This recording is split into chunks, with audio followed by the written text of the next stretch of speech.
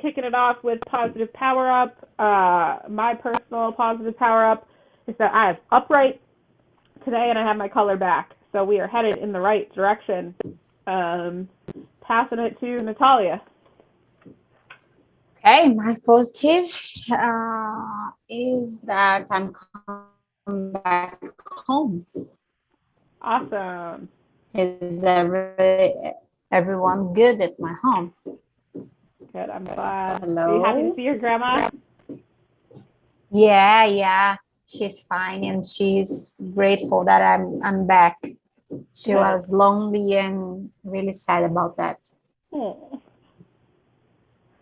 Diamond, how about you? What's your positive from the week? This last week? Yeah. Oh, my positive is I've been telling my friend to quit her job for like 2 months now that she absolutely hated, and she finally put her 2 weeks in.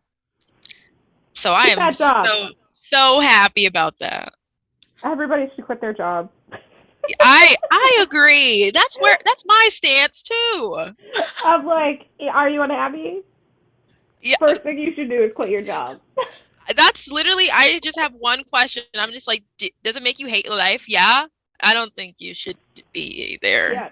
Don't get me wrong. I'm a very pro work person. Like, I love working. I could never stop working. Yes. I think everybody should work. I think everybody is capable of, contributing to our society at large, and they should do that. But also, if your job makes you unhappy, quit.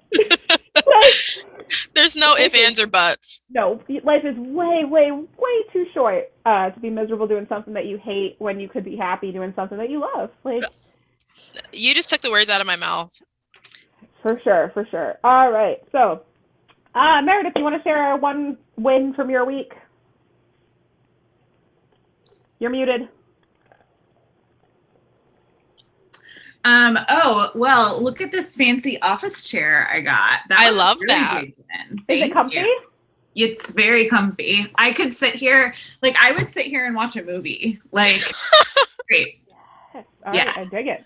Yeah. All right. So, the last 2 weeks we focused on prepping for outbound. This is yet another piece of prepping for outbound, but it's called building the list. So, here, the list is, at least in part, built for you guys. It's up on Sales Commission and Lead Gen, the tab, the list. We still have some probably adding and subtracting that needs to go into that, but this is the mentality behind the list. So the first step is always to understand your offering. It's understanding what is the problem that you solve for? What are we solving? Anybody want to take a stab at what the problem is that our product alleviates? It helps people streamline what they're already doing. It helps people, it makes it easier for them to bring in more clients. It frees up more of their time. Yeah. Yep. So there are two main problems that we solve for. There are at least 1,000 different ways to word it, but it's revenue and productivity. Those are two problems, right? Either we're making you more money or we're giving you more of your time, sometimes both. So what this can look like in like a problem solution is lack of leads coming in, no traffic on the website, no followers on social, bad engagement metrics on social, no responses to email. That, like, when they're telling you the problems, they sound a little bit like this. Or like not scaling as fast as we thought we would. Managing marketing is harder than I thought. So this one, I get this one a lot from founders where they're like, managing marketing is hard. And I'm like, oh yeah, you thought that was just a thing that did itself. Yeah. And then no clear vision. Now, when I was freelancing and consulting, this was the one I solved for personally the most. it's still the one that like I solve for. The Megan solves for no clear vision. The rest we're really solving for like as an agency with all the products and pieces that come into place. Is there something about your product that has caused you to lose deals in the past? You guys wouldn't have a ton of insight into this, but pricing has been a factor in a couple of deals. Really, when people say that we're losing them based on price, though, it's bad targeting. The problem I'm currently trying to solve for is that we get a lot of inbound leads, and they often have a problem with pricing. And it's a little hard to tell somebody to go away before you have the qualifying call. But I want to reclaim those 15, 30-minute segments of my time so that I'm not wasting my time on people that are not going to be qualified. That's easy to solve for in outbound because we can fix the targeting. It's a little bit harder to solve for in inbound because every qualifying filter I've ever seen be implemented also qualifies out good people too. So we're still trying to solve for that one. But yeah, pricing comes up a lot. I'm trying to think if we've lost a deal to anything else. We churned at Juno, but like I tried to churn them. I was like, please leave. So we finally got there. You can't imagine, guys. You can't imagine. Oh no. Yeah. So yeah, Maisa is lifting, Megan. I'll let you know after. Oh, what did you say? Maisa quite. Oh, I knew she was going to because she reached out to you. You can tell me later. Yeah. So yeah, pricing. At the end of the day, there's ways to overcome the pricing issue, but I actually personally, and it's a little bit different because like I obviously own the whole thing from top to bottom. Like I'm hunting, I'm closing the deal, and then I'm managing them. When people complain about price, I say goodbye. Yeah. Because prospects that complain about pricing become clients that are headaches. Because they don't see the value, and if they don't see the value in while you're selling, they're not going to magically flip a switch and see the value once they close. They're going to be the clients that are demanding. They're going to be the clients that it's never enough for, especially if they're complaining about the pricing of the U-Pick 2. Adios, goodbye. It's one thing when they're complaining about, $7,500 a month starter plan. We have some wiggle room. We can bring that pricing down. We'll work with them. We understand they're a startup, whatever. Mm-hmm. If they're complaining about the U-Pick 2, $4,500 a month for unlimited 2 services, you don't see the value of marketing, and I'm going to let you go find some other agency to make miserable. Because they will make us miserable. And once you've nailed your pricing strategy, anywhere you go, that's pretty much going to be true. If they're complaining about the price, they don't see the value. If they don't see the value, there's no point in making them a customer. Now, if you're in a toxic sales work environment, your boss is going to tell you how to overcome the pricing objection instead. I can tell you how to overcome pricing objections. You can reverse it right on them and tell them right to their face they don't see the value in marketing and that they must not want to invest in the future of their company if they don't want to invest in building a brand. But I don't want to explain it to them because if they don't get it, they're not going to get it. Anyway, what specifically helps us close difficult leads? What feature, service, or specific do customers say wowed them and got them to sign? It really comes down to people. What makes us different is how we treat our customers and how we treat our people, both internal and external. So none of you guys are actively working to learn the full sales process because you're just doing the prospecting and setting the meetings. But anytime somebody takes a meeting with me and I think they're well qualified, I send them a gift. Not because I'm trying to bribe them into buying from us, but because I want to thank them in some small way for giving me their time because I think it's valuable. What do you send them? I use Loop and Tie. I'll drop that into the chat so you guys can take a look. If you're in the U.S., you may also get gifts from me through here from time to time. It's just a quick and easy way to send a gift.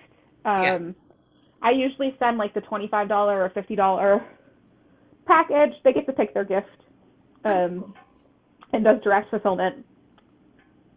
All of our customers got client gifts around the holidays. It's just little stuff and how we treat them.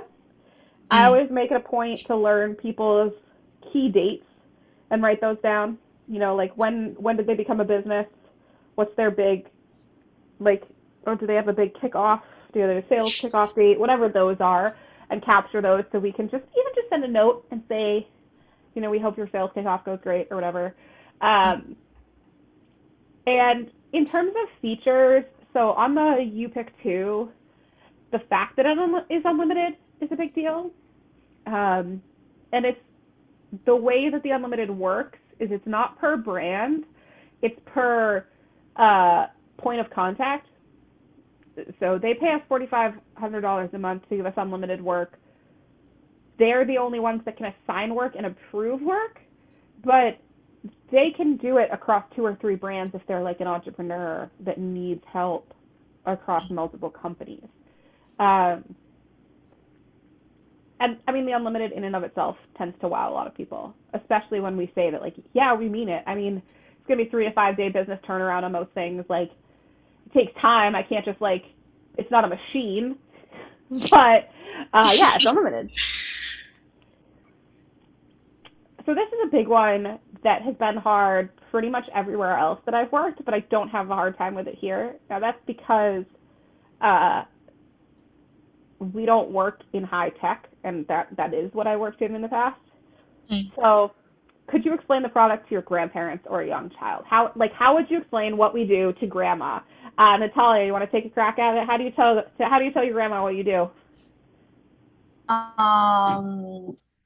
I explained her about telecom business. I explained her about internet, and I told her, look, if you are able to talk with someone, if you are able to send a WhatsApp message, is because there is a company that's telecom business. This company needs marketing. What is marketing? We are making some promotions. We are showing the world what we do, what is the company. And this is a very didactic situation. So now she understands a little bit. She knows I work with marketing, but that's it. It's very difficult to her understand. I make complex ideas simple so founders can make more money. That's that's how I explain it to my grandma. I don't have grandparents anymore. They're all dead. I have kids, though. My kids actually get what I do because they're smart. But I make complex ideas simple so founders can make more money. That's it. Yeah. There's definitely a big part of it that is creating content that converts. That's a huge piece. Diamond, how would you explain what we do to your grandma? I would say we make content that makes business owners' lives easier. Yeah. We make people's lives easier and we give them time. And we also bring in money.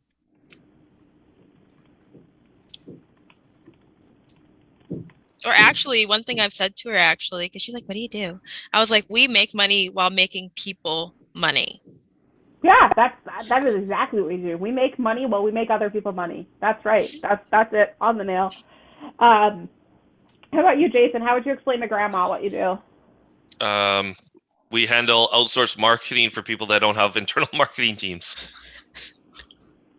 If I tell it to my grandma, it will be like another language. She won't understand. I'm not critiquing you, but yeah. If I explain when you explained telecom to her, I was like, you explained telecom to your grandma? That's no. That's I never explained so clear, like outbound or something like that, I always tell a story to her understand. But if I tell to another people what I do, okay, I work with marketing and I bring value to brands. We bring value to brands. What Jason told is really good, but my grandma wasn't understand it. She's like, what's an internal team? What's an outsourced marketing? Natalia, my grandmother is Chinese, so I wouldn't be able to say it to her like that either, but that's how I would explain it, so it's okay. Is your Chinese grandma just disappointed that you're not in like a big dollar business that she understands? Like an accountant or a doctor or a dentist? Yeah, of course. Yeah, big shock there. It's okay. My grandma was disappointed that I wasn't fatter, so that's Meredith, how would you explain what we do to your grandma?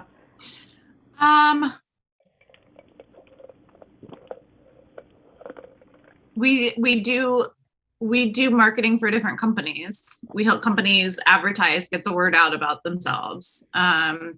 We do it in a way that helps them create profit, because sometimes those companies don't know what I would say it could be quite complicated, and a lot of companies are very good at what they do as a company, but they might not be very good at, promoting themselves and getting the word out, which gets customers. So that's where we step in.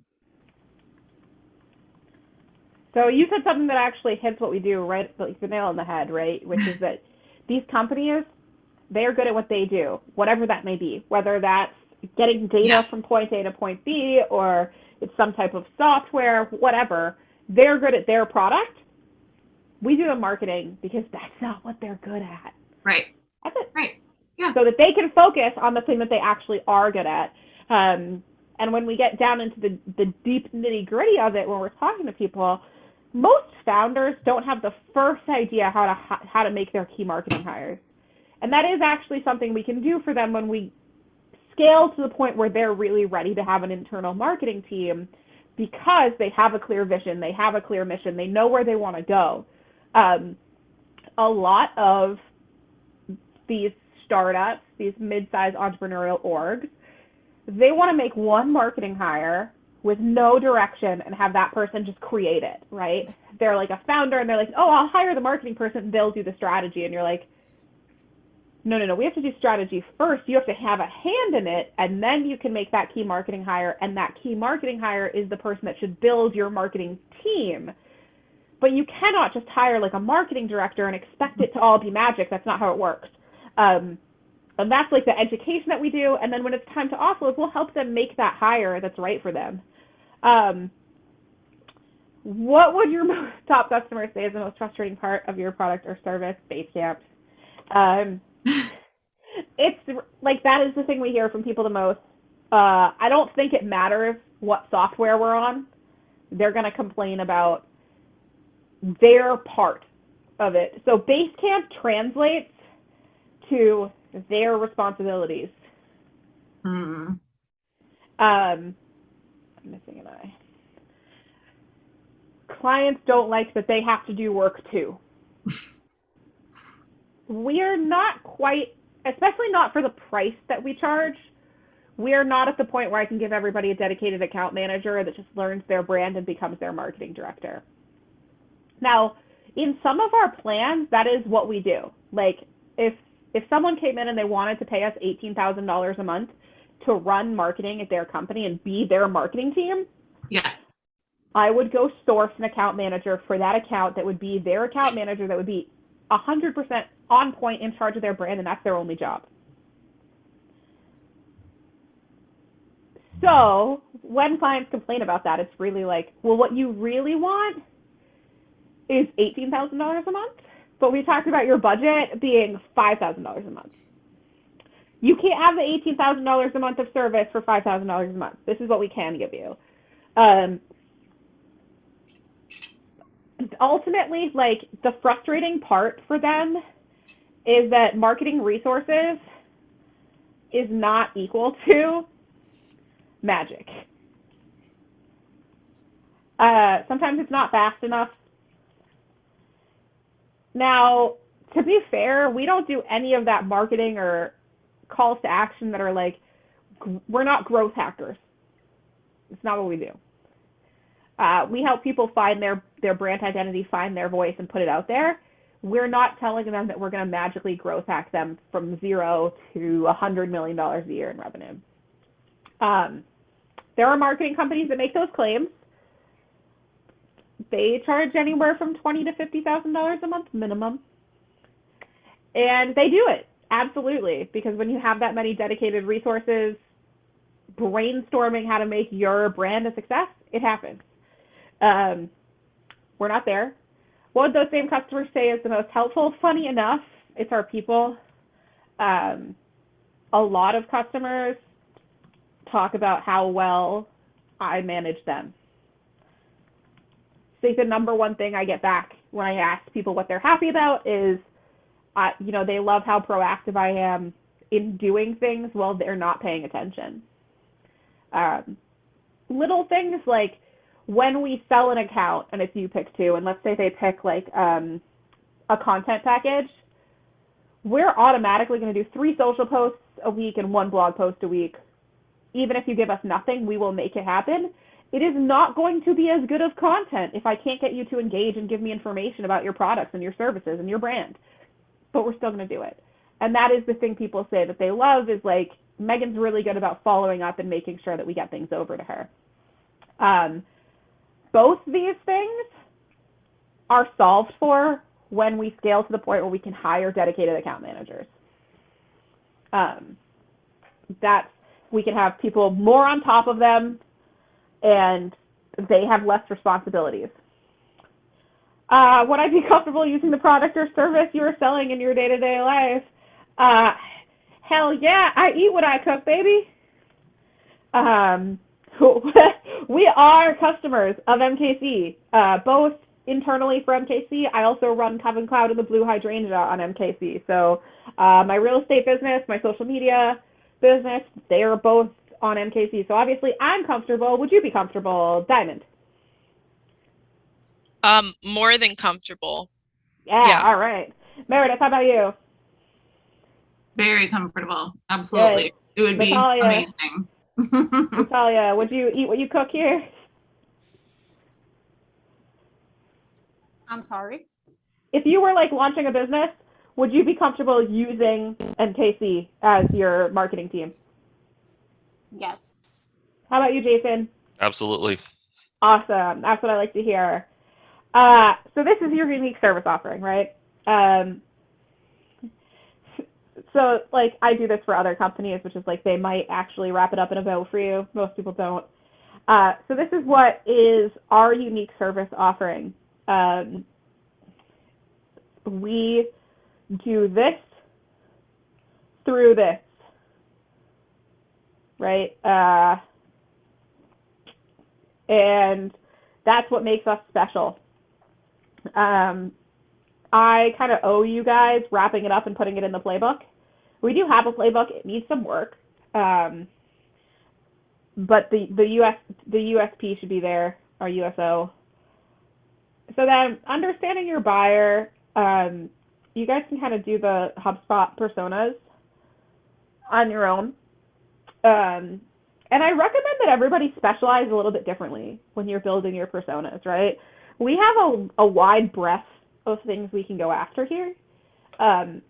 You should go after things that you are comfortable with, where you're comfortable talking to those people, right? So when I say that, I'm a CEO, and before I was a CEO, I was a VP of sales and marketing. So I'm really comfortable talking to VP and C-level challenges. And they usually connect pretty well with me because they see me as their equal. We're on equal footing. We're talking to each other. So I don't have any issue when I'm outbounding to those types of people. If you're less comfortable with that, there's nothing wrong with going after directors of sales, directors of marketing. and finding somebody who you feel like you understand their frustrations better. Or also, like when I was talking to Meredith, she's done a lot of work with consultants in the past and coaches, so she feels really comfortable talking to them one-to-one. They're absolutely a possible client for us, especially like the you pick two is really flexible in who could use it.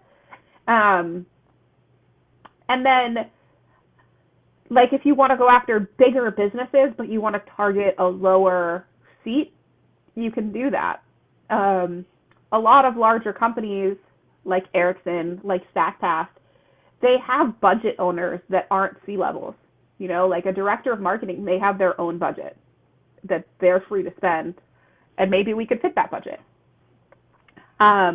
So building out, you know, what industries do you want to go after? And also, like, technology is a huge branch that almost at this point in time, if on top of whatever else you do, your business is not also a technology company, probably not going anywhere. 20 years ago, if you had asked me if Netflix was a technology company, I probably would have said no. They ship me DVDs in the mail that I order. That doesn't really seem like a tech company. That seems like they're an entertainment. Today, Netflix is one of the largest, most innovative technology companies on the planet. Disney's a technology company. Honestly, a lot of your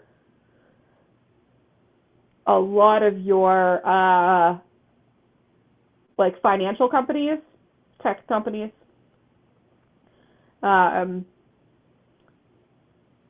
every kind of software is obviously technology, but almost every other industry has software.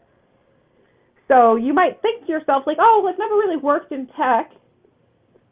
But okay, you've worked in food service. Do you know how many food service softwares there are? Hundreds, thousands. Worked in retail. Do you know how many retail services, products, software there is? Those are all technology companies. So I always recommend starting with what you know and then branching out.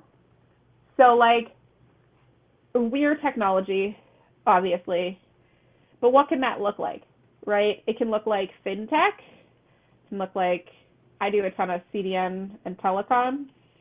That's Natalia and I's wheelhouse, right? CDN, telecom, infrastructure.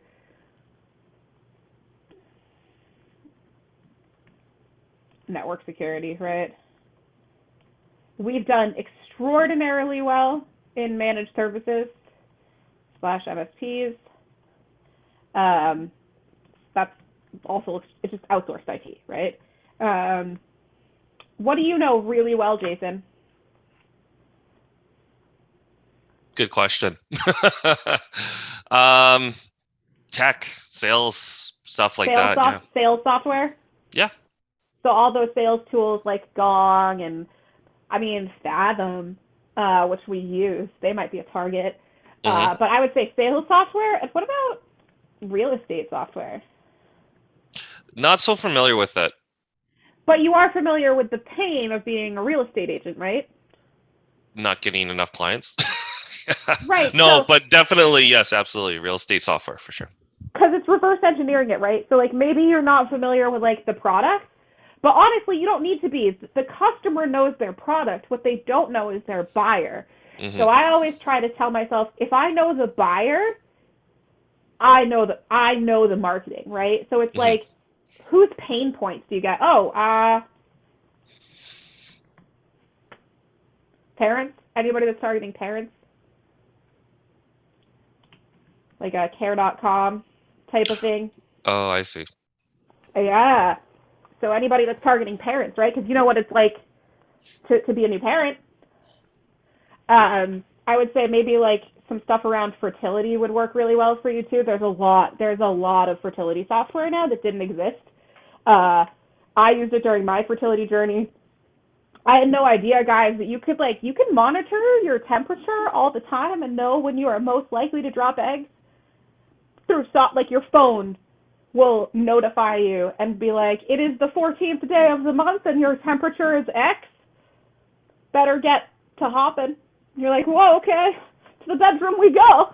That's like legitimate software that exists. And the reverse also, because you can set that same software to be like, hey, do not touch go, do not pass go, do not collect $100. Now is not the time to party. I've used it for both purposes. Very effective. How about you, Diamond? What do you feel like you just know really, really well? I know coaches, I know yoga, relaxation, Mindfulness apps, maybe? Yeah, Yeah, okay. So mindfulness apps. There's definitely like yoga apps out there. They're usually in the same general application. How about you, Natalia? We talked about CDN and telecom. Is there anything else you feel like you know incredibly well? Yeah, I have a knowledge in different things. That is my hobby and my life. I shared with you about diet. So I know a lot of diets applications, and I know a lot of exercising applications. Huh? I'm How about you, addicted to Meredith? sports. Oh, yeah. All right. Yeah, sports is huge. Meredith, what about you? What do you know really well? I know a lot of stuff. I know we've covered. I know coaching. I know mindfulness, meditation. I know like personal finance. That's like a big deal to me. I know That's a very quickly growing one. Yeah. This is like post 2020. Yeah. Right alongside this whole like career revolution that's been happening. Mm-hmm. Also financial revolution. Mm-hmm. There are so many people who had no money that got rich on the back of Dogecoin or GameStop or AMC. These like kind of viral investment options that happen on Reddit. There's crazy. Also a huge like rise in marketing personal finance specifically towards women, and specifically towards women who don't, might not know like what, like what is the stock market? I don't know. I couldn't explain the stock market to you, but it's where you put your money and your money grows. Okay, just, accept it. And yeah, I actually have an app that actively tries to teach me more about crypto every single time I log in. It like rewards me for taking trainings by giving me free cryptocurrency. Oh, that's really cool. What is this? Hold on, let me find you the name of it. Is it Coinbase? Are they the ones doing this? Yeah, it's Coinbase. Mm-hmm. They give you free crypto when you take their lessons. Now, it's usually like crypto no one's ever heard of, but I actually got Dogecoin by doing a lesson in their module like 2 years ago. And when Doge took off, I made just over $500 on... Wow, that's awesome. So yeah, that's cool. But yes, education. So like education is taking off on its own, but it's also being threaded into kind of like everything else. So for example, Natalia mentioned like nutrition. I have Noom, which is an application that's for like weight loss, but it's all about like teaching you to understand the connection of psychology and your fitness and like your nutrition and how they play together, and how like the whole reason that dieting has never worked for you is because dieting hurts your mental health.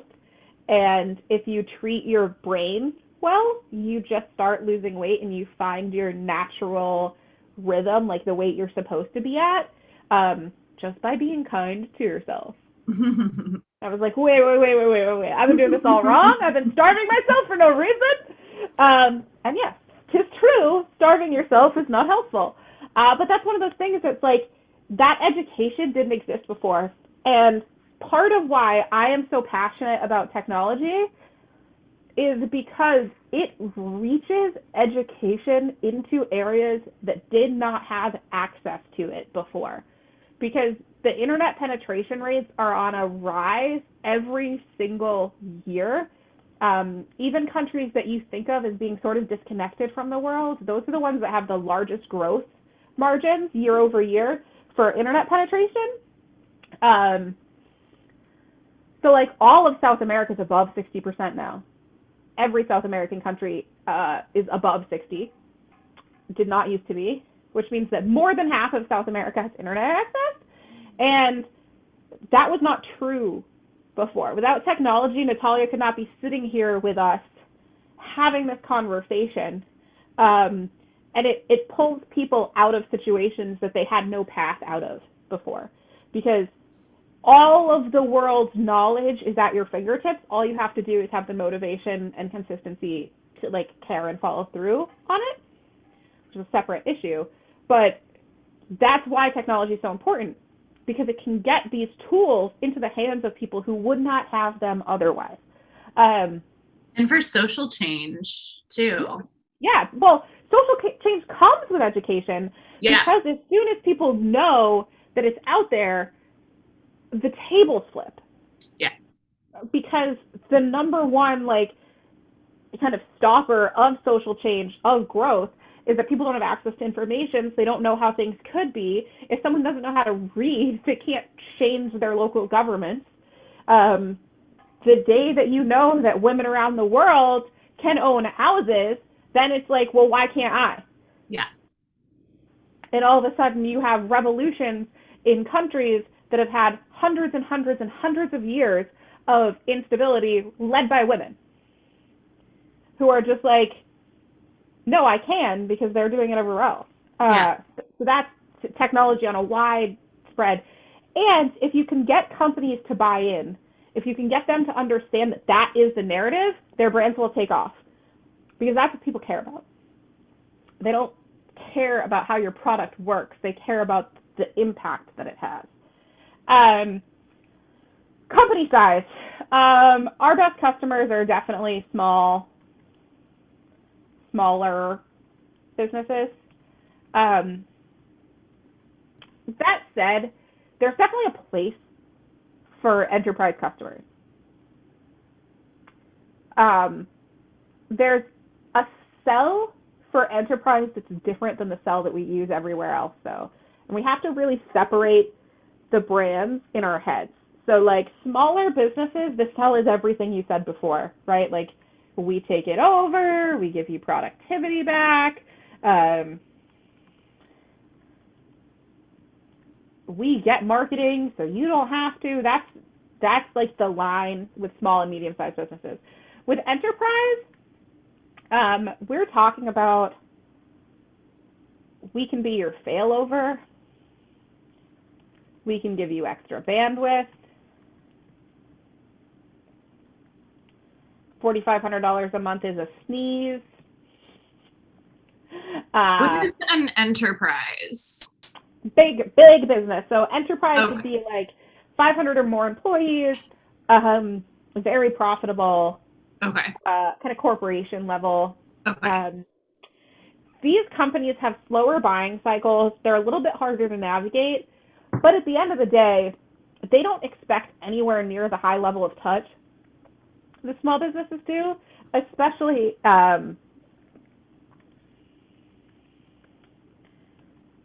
like if they have a marketing department and you say unlimited content, they're going to be like, oh, perfect.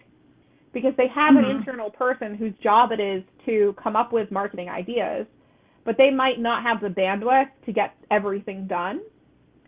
They may even have some of these resources internally hired, but they need failover because, all right, like let's say we're talking about GlobeNet, right? GlobeNet has a marketing department, but they've pretty much just got one of everything. You know, like they have a technical writer, they have a copywriter, but they've experienced some turnover And every time they have turnover, then they have a gap where it's like, now it's, it takes us 3 months to get somebody in the role, and then it's another 3 months to get them trained up, and then it's really taken us 6 months to get our content flowing again. So every time they have to fire somebody, or somebody quits, or whatever, somebody's sick, they have this gap in their content. Yeah. That will not happen if they're paying us to do unlimited content for them. Okay. So it's more like kind of their failover plan, to send the things to that maybe aren't as high level. They've got their copywriter focused on rewriting the entire website, so they want us to make sure that the social media is still running, or whatever that is. Yeah. It gives them extra resources, right? Okay.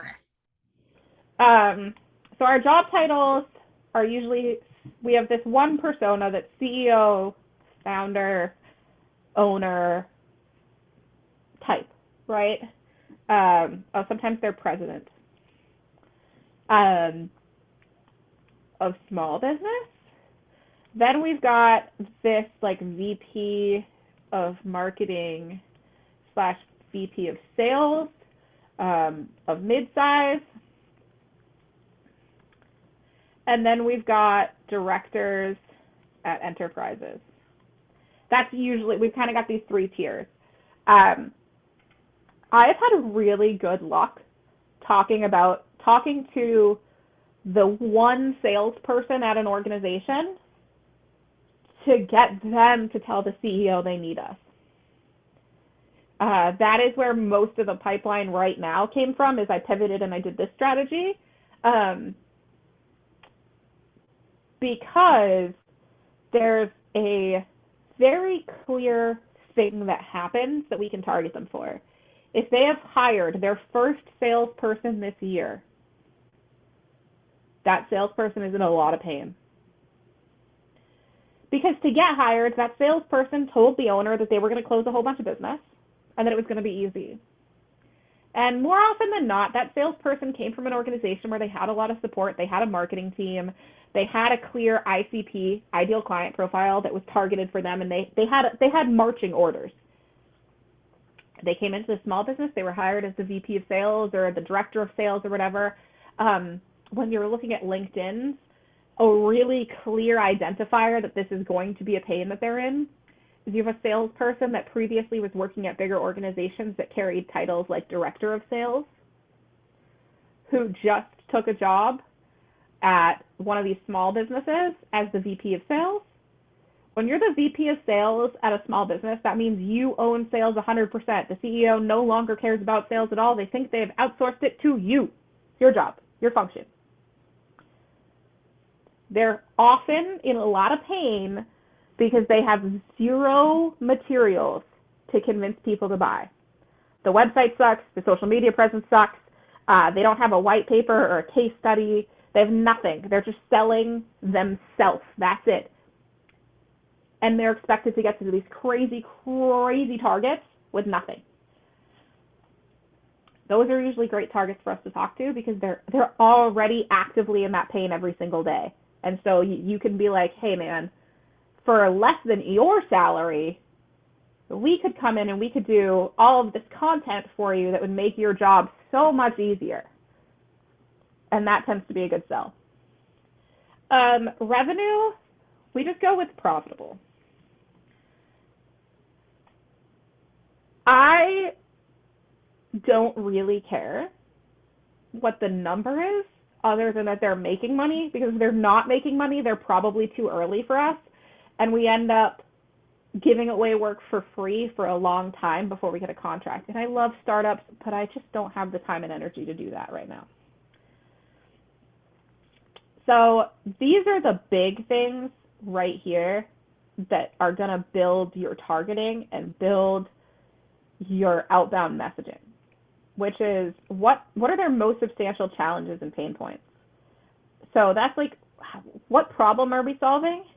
And do they have multiple pain points, and can we solve for more than one of them? So like, let's take the CEO, right? What do we think their pain points are, Diamond? Not having enough time. And they most likely don't know a lot about marketing. Yep, we solve for both of those, right? We'll help take care of the strategy. We'll give them back their time. They usually also, they're juggling a lot of balls. So like, and they have trouble knowing which ones are most important. So one of the things that CEOs aren't always doing is mapping that revenue to the original action. They don't have the like in-depth analytics to know where things are coming from or where they're going to or what's happening. They're just overwhelmed. So they're trying to figure out how the hell they're going to pay their taxes this year. They're trying to, like, especially right now, every CEO on the planet is having a heart attack because taxes are going to be due soon, and we don't know how to balance the books. Uh-oh. So they're struggling with that, and they don't know where their deals came from. So like the pipeline dried up, but they don't know how. They don't have eyes on it. And so then they're dropping the wrong ball, because I can tell you almost always content brings you customers, and it's the first thing founders, CEOs, coaches, consultants drop. They drop the content to take care of something else that's happening inside the business, and then their pipeline dries up and they aren't sure why. I'm like a perfect example of that. Yeah, like life got stressful, so you stop making content and now you have no leads. Weird how that works. Where did all my customers go? Oh yeah, I stopped posting on Instagram. And there's a pause too. So it's not like it happens instantaneously. It's, 3 months later, and then you're trying to figure out what happened. So then let's go with like VP of marketing. Natalia, do you know what the top problems for VPs of marketing are? They don't have a full team to do the activities, and they are overwhelmed too. No clear guidance is almost always here. Now, sometimes the magic scenario happens where the VP of marketing is actually qualified to be the VP of marketing because they're hired at a startup that like has funding. Like they just raised Series A, and so they have a ton of money, so they go buy an expensive and talented VP of marketing. That does happen. 99.9% of the time, though, founders hire cheap VPs of marketing. They go and find somebody they can afford, and then they're like, build me a marketing strategy. And the VP of marketing is sitting there like, I have never done that before, and they're Googling. They're like, what is a marketing strategy? And then they download a template, and they're putting things into a template, and they're like, I still don't get it. How is this template supposed to create content? And really, a marketing strategy should take you a long time to build and should involve the founder who knows what they want the business to be. Like, crazy to me that these founders, they want this marketing person to develop their whole vision, mission, and brand. And I'm like, you don't want to be involved in your vision, mission, and brand? You're going to be mad the marketing person did it wrong.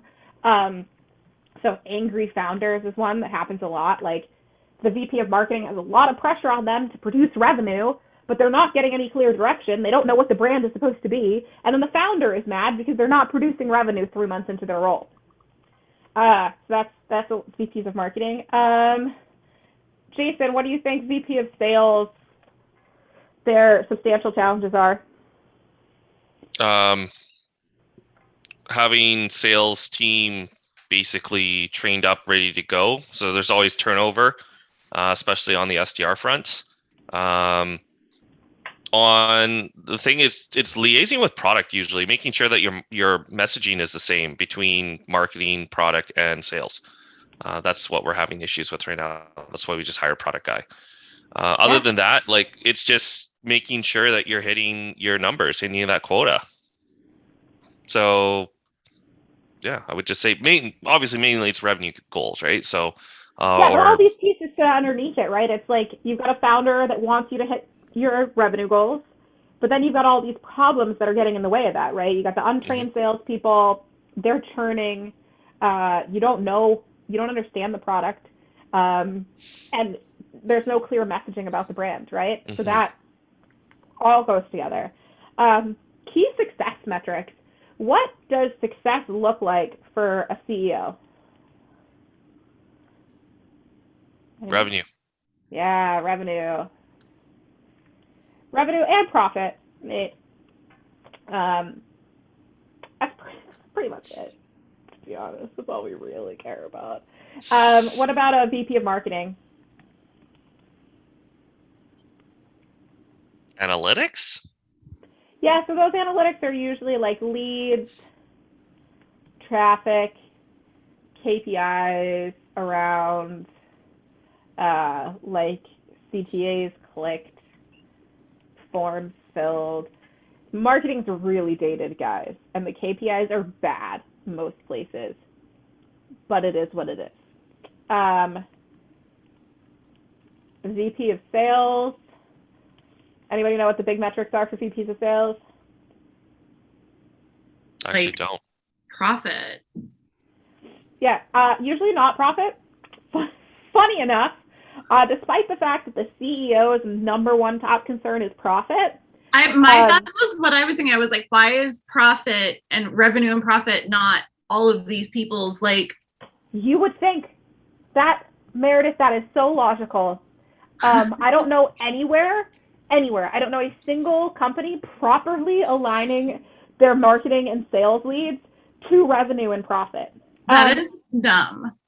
So VP of sales usually looks like number of deals, size of deals, MRR, which is like monthly recurring revenue, but they're almost never aligned to profit.